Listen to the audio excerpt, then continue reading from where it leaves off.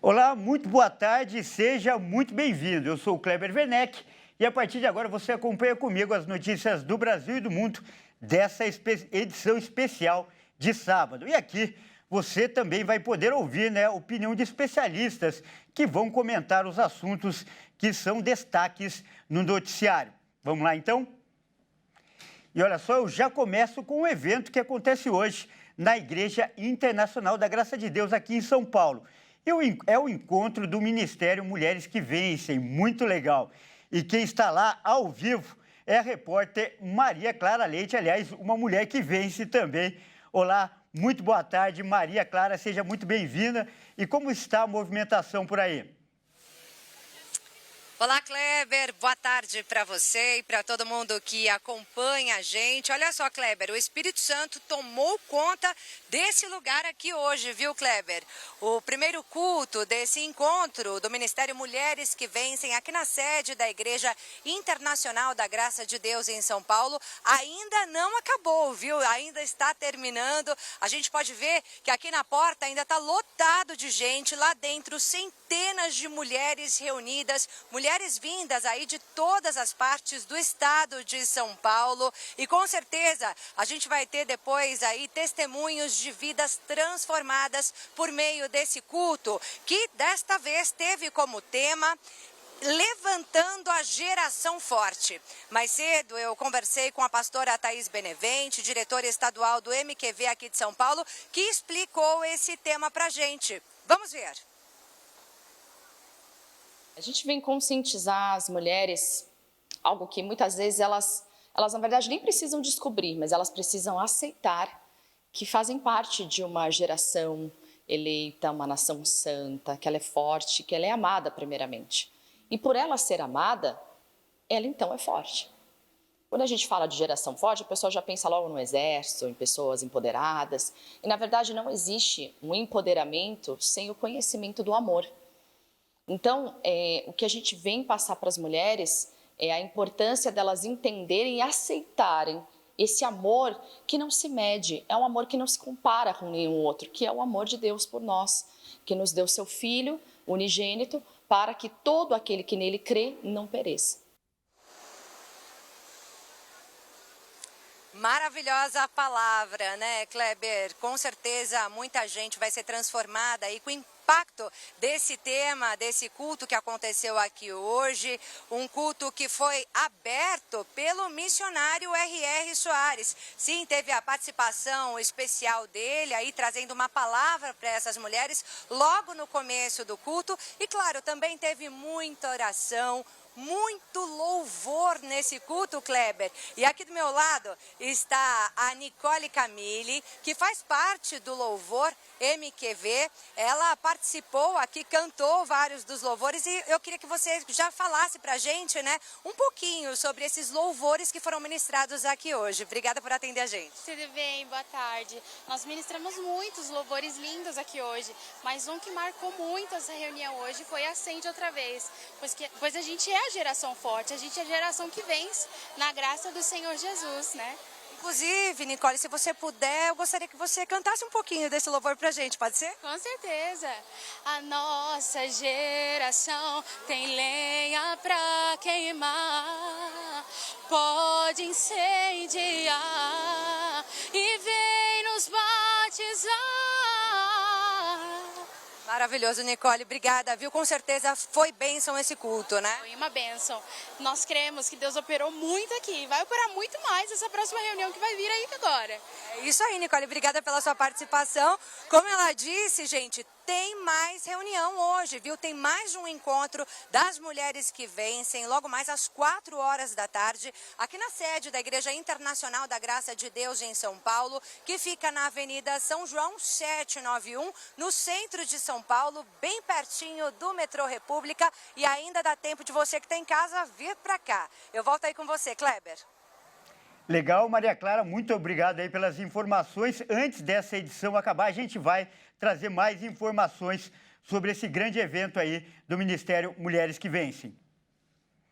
E olha só, eu mudo de assunto agora para falar de segurança pública. Depois de mais de um mês de buscas pelos 2 presos que fugiram da penitenciária de segurança máxima de Mossoró, no Rio Grande do Norte, o governo vive um dilema. De um lado, o comando das operações diz ter fortes indícios de que os 2 presos ainda estão na região do presídio e de que as buscas devem continuar.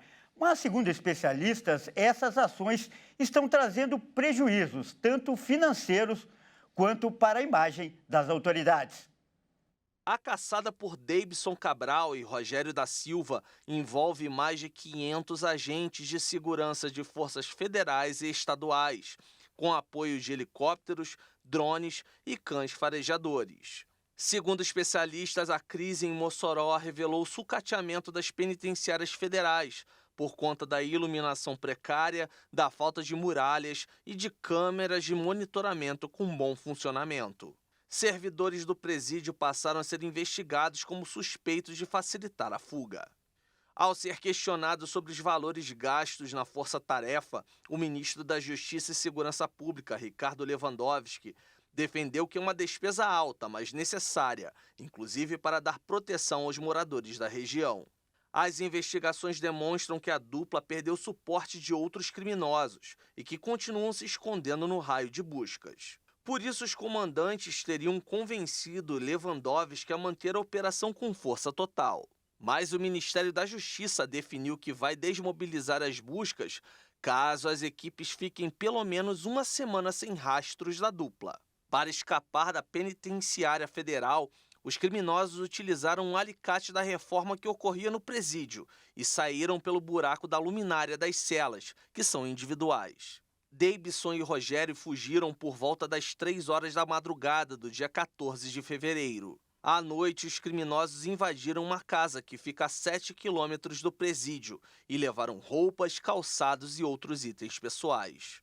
Na madrugada do dia 16, roupas e pegadas foram encontradas por policiais na zona rural de Mossoró. Mais tarde, os criminosos invadiram uma casa, renderam moradores, se alimentaram e roubaram celulares. O último sinal obtido de celular dos fugitivos foi no dia 17 de fevereiro, em área rural, perto da divisa do Rio Grande do Norte com o Ceará. No dia 29, os 2 fugitivos foram vistos por agricultores em uma plantação na área rural de Baraúna e policiais da Força Tarefa fizeram um cerco na região, o que voltou a acontecer em 3 de março, em galpões agrícolas do local. Desde então, Deibson e Rogério não foram mais vistos. Na última terça-feira, dia 12, cães farejadores rastrearam presença humana em uma área de mata. Mas os investigadores não confirmaram se o rastro era dos fugitivos. A dupla também estaria se aproveitando de plantações de frutas, como bananas, para se alimentar sem precisar invadir propriedades, além de usar cavernas da região como esconderijo. Olha, e para falar mais sobre esse assunto, nós vamos conversar agora com um especialista em segurança pública. O nosso convidado é o doutor Frederico Afonso, que está aqui em nosso estúdio. Boa tarde, doutor. Seja muito bem-vindo aqui ao nosso jornal, nosso plantão especial de sábado, professor. Boa tarde, Kleber. Prazer estar aqui para a nossa audiência. E, doutor, as buscas pelos fugitivos já passam de um mês, como a gente acabou de falar. O que tem tornado essa missão tão difícil? Olha, Kleber, tem uma lenda, né, que fala que se não prende em 48 horas, não prende mais. A grande verdade é qual o apoio logístico que os 2 estão ou não estão tendo. Passado um mês, achismo é falta de técnica. Eu prezo pela técnica, mas vou me render aqui. Eu acredito que eles não estejam mais tão próximos quanto as buscas alimentam, né? E essa busca, a cada dia que passa, ela fica mais cansativa para os policiais que estão apenas nesse tipo de operação, vai desgastando a operação em si, vai tendendo ao fracasso, né? A cada dia que passa eu não consigo prender aí os foragidos. Isso é muito ruim para a própria operação. Olha, professor, você tocou num ponto muito importante agora, porque nós vimos na reportagem que há 2 linhas de pensamento. O comando da operação, que acredita que os presos estão próximos e podem ser capturados a qualquer momento. E outros especialistas criticam os prejuízos causados pela operação. Então, qual é a sua opinião? Essas buscas devem ser encerradas? Enfim, qual deveria ser o próximo passo?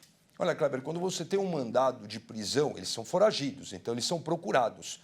Nunca que você deve cessar a procura pelo procurado, mas é claro que você acaba tendo um prejuízo. Saiu recentemente um índice de déficit nas polícias no país, então você tem uma força de operação no local. Onde está sendo descoberto este cobertor, né? Essa força operacional, porque a força local, ela cuida das suas operações ordinárias. Então, eu tenho aqui uma força especial, né, de captura. Então, você tem centenas de policiais apenas em área de mata, com cães, você tem uma limitação de logística e uma limitação humana. Eu sou contra parar aí as buscas. Você teve a troca agora do ministro da Justiça, acabou de assumir o secretário nacional de Segurança Pública, então há uma pressão, né? Descobrimos aqui, até aqui no jornal estava, que a prisão de segurança máxima não era tão de segurança máxima assim. Então precisa dar essa resposta para a própria sociedade. Mas, insisto, a cada dia que passa,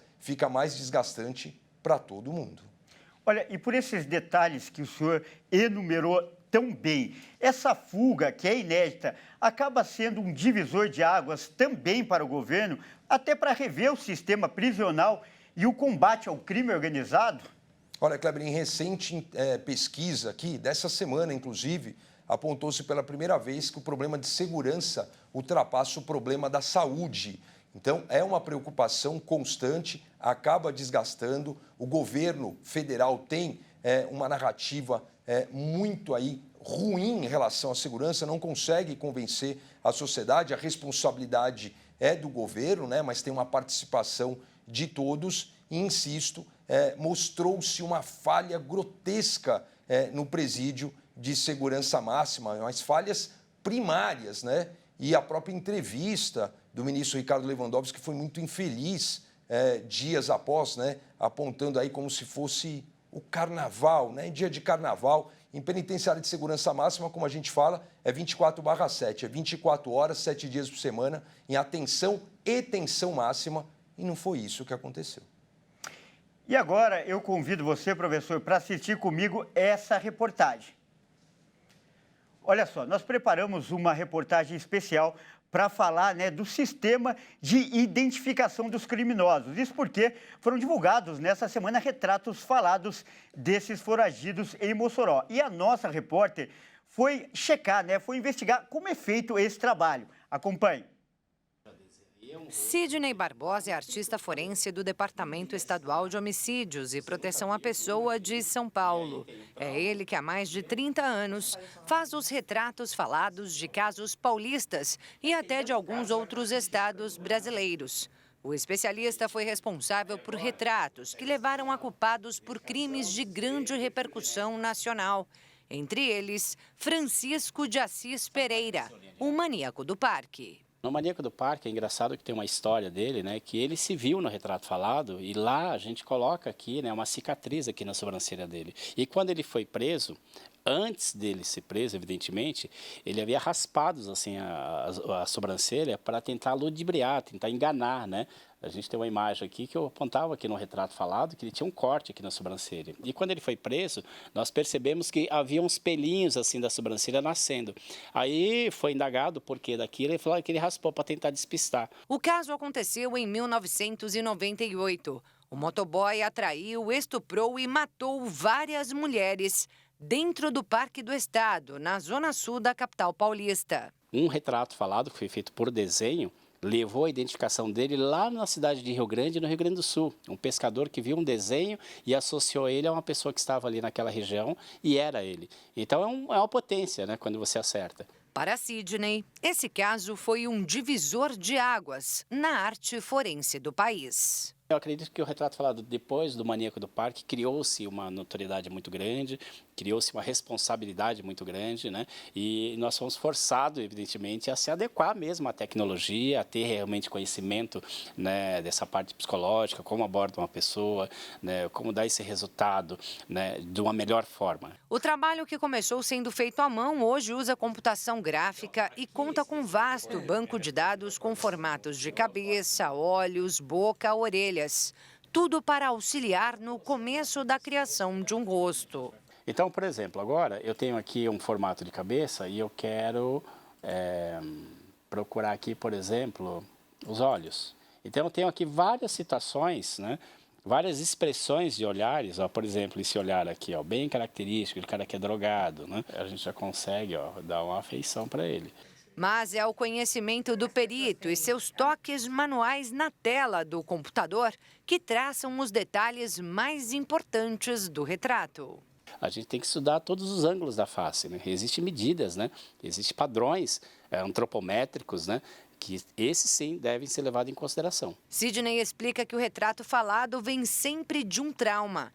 Diz que é impossível colocar no papel a imagem de um conhecido por quem se tem afeto. Eu não consigo desenhar, né, mentalmente a minha filha, ou minha esposa, ou minha mãe, ou um ente querido, mas uma pessoa que de repente traumatiza de alguma forma, né, que ela vai lá no seu inconsciente, fica te perturbando, então a gente consegue ali, né, mesmo que esteja inconscientemente ali, né, guardada tal, a gente consegue guardar alguns detalhes, né. A gente tem vários casos que muitas vezes eu peço para a vítima, né, desenhar para a gente, da forma que ela sabe desenhar, que ela conhece, e ela acaba desenhando assim características, né, da pessoa que ela jamais falaria. Outro ponto importante é que a imagem feita pelo artista forense não é uma cópia perfeita da realidade, mas carrega características marcantes que muitas vezes levam ao reconhecimento do culpado. Para criar a imagem que está apenas na mente da vítima, não é preciso ser policial, mas é necessário ser desenhista, conhecedor de todas essas tecnologias e mais, ser anatomista, psicólogo e, acima de tudo, humano. A gente tem que ter uma sensibilidade para entender a dor do outro e tentar amenizar de alguma forma possível. Eu amenizo, ou pelo menos tento, ajudando dessa forma. Com todas essas atribuições, o perito atua não apenas na criação de retratos falados, mas na execução de outras demandas do Laboratório de Arte Forense, como a reconstrução facial para a identificação de cadáveres e a progressão de idade de pessoas desaparecidas.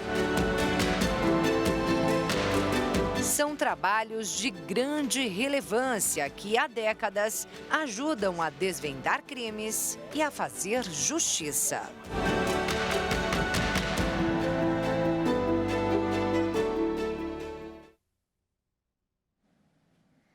Então, vamos aproveitar a presença do professor Frederico Afonso aqui no nosso estúdio e vamos repercutir com ele também essa notícia.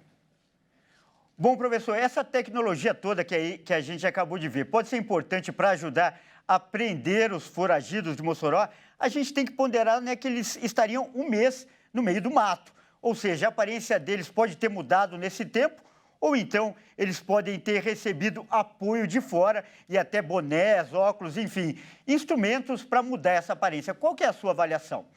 Kleber, particularmente eu acredito que a mudança deles foi apenas de barba por crescer e talvez uma perda de peso, né, por causa dessa alimentação irregular, partindo da premissa que eles estejam ainda realmente nessa questão de mata. Essa mudança substancial de aparência, você já teria que ter uma logística muito forte, né, um aparato muito forte que propiciaria, inclusive, a saída deles do país. Então, particularmente, eu não acredito. E a dificuldade de captura fica nisso, né? Se você não tem realmente um monitoramento, como a gente sabe que lá não tem, para uma busca de reconhecimento facial, para reconhecimento no meio da população, que eles estão escondidos, você tem que capturar como?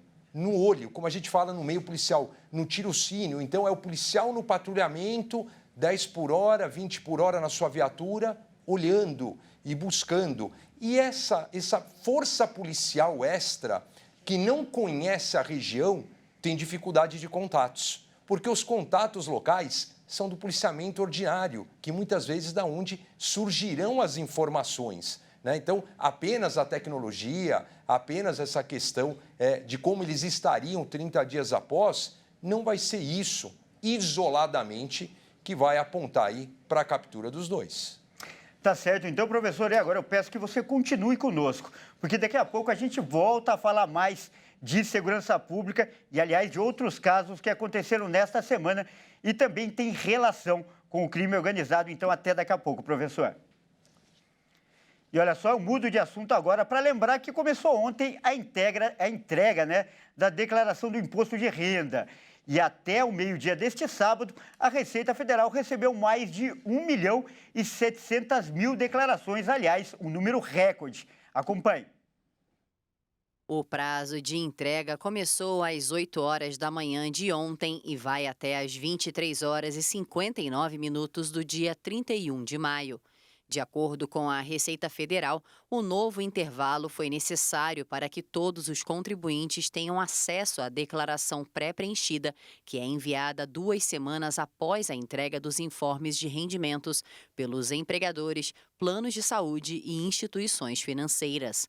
O número recorde logo no primeiro dia foi impulsionado pela antecipação do programa gerador da declaração, que inicialmente estava previsto para ser liberado ontem, mas na terça-feira já estava disponível para download. Em 2024, tiveram algumas mudanças na declaração e a principal delas foi o aumento do limite de rendimentos, que subiu de R$ 28.559,70 para R$ 30.639,90.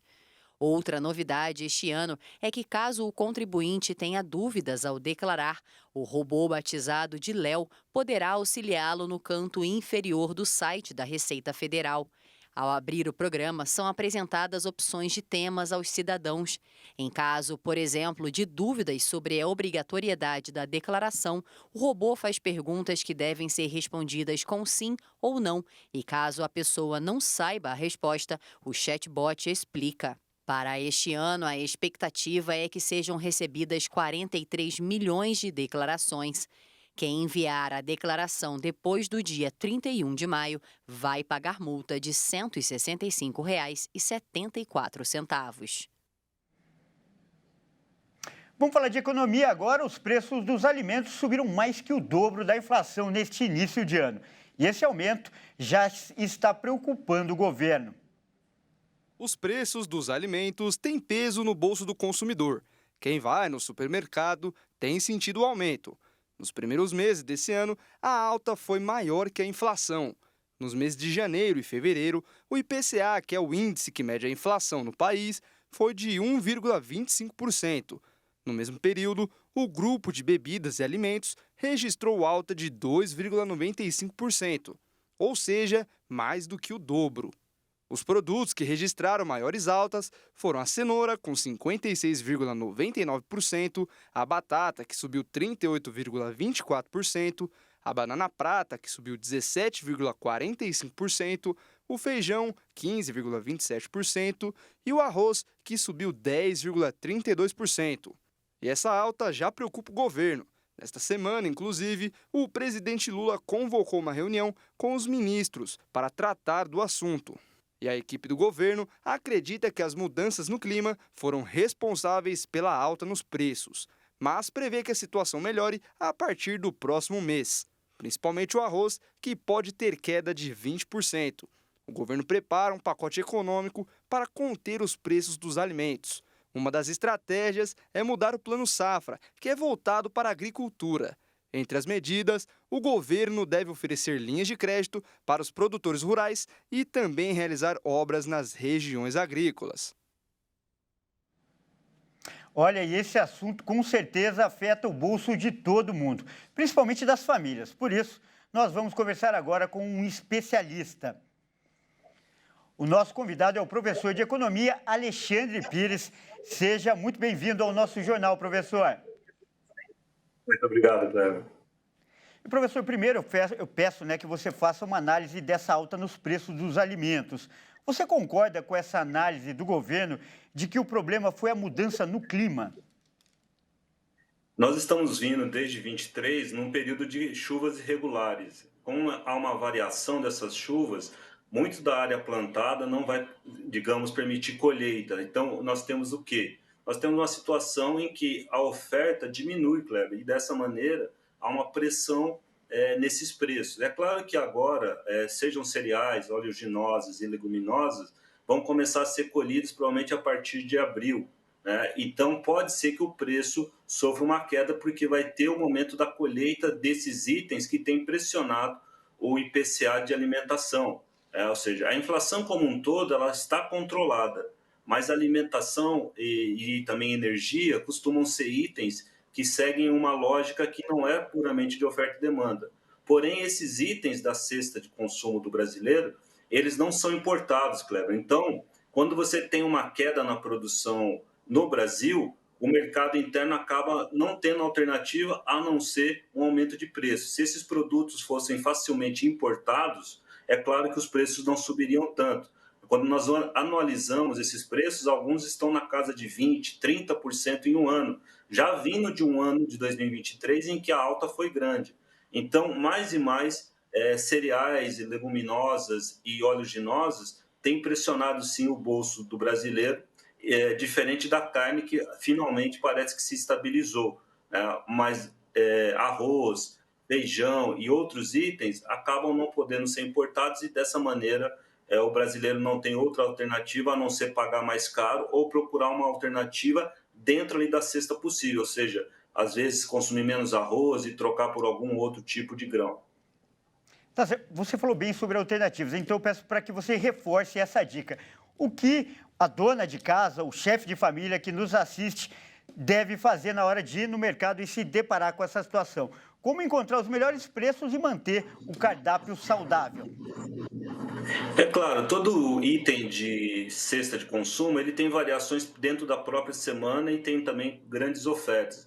Mas alguns itens são digamos, em razão de gosto, o brasileiro não quer trocar, ele não quer trocar o feijão carioquinha, não quer trocar o arroz, né? Mas no final das contas ele pode fazer uma adequação com outros grãos possíveis, ou eu trocar uma oleaginosa por uma outra alternativa, ou uma cenoura por um outro tipo de raiz. Isso já é feito pelo brasileiro, mas causa um incômodo tremendo, porque cardápio, gosto alimentar, não é uma coisa que nós mudamos do dia para a noite, né? Mas o que nós podemos fazer é tentar aproveitar ao longo da semana as ofertas que aparecem até que o estoque, né, desses produtos e com a nova safra se estabilize. Ou seja, é uma questão um pouco de esperar e ver qual vai ser a ação do governo para que os preços de alimentos no próximo ano não oscilem tanto, ou seja, que as safras consigam ser mais constantes e nós talvez tenhamos em algum momento uma alternativa de importar esses itens. Tá certo. Tá certo, então, nós acabamos de conversar aí com o professor de Economia, Alexandre Pires. Muito obrigado pelas informações e principalmente pelas dicas, professor. Tá joia, Kleber. Boa tarde para você. Grande abraço. E olha só, nós voltamos agora a falar de segurança. 2 casos de polícia que aconteceram nesta semana deixaram a população em pânico. E ambos, direta ou indiretamente, têm relação com o crime organizado. Em Santos, no litoral de São Paulo, ônibus foram incendiados. E no Rio de Janeiro, um homem armado fez pelo menos 16 pessoas reféns dentro de um ônibus. Veja na reportagem. Na última terça-feira, dia 12 de março, Paulo Sérgio de Lima, de 29 anos, manteve como refém um grupo de 16 passageiros em um ônibus dentro da rodoviária Novo Rio, na região central da capital fluminense. O veículo da aviação útil partiria para Juiz de Fora, Minas Gerais. Agentes do Batalhão de Operações Policiais Especiais, BOP, acompanharam a ocorrência. O sequestro teve início por volta das 2 da tarde. Segundo a Polícia Civil, minutos após sair da plataforma na rodoviária, o ônibus teve uma pane e precisou voltar à plataforma. Paulo Sérgio, que tentava fugir de traficantes da Rocinha, na zona sul do Rio, já estava no ônibus e achou que a manobra seria para prendê-lo. O homem então atirou e depois fez os passageiros reféns.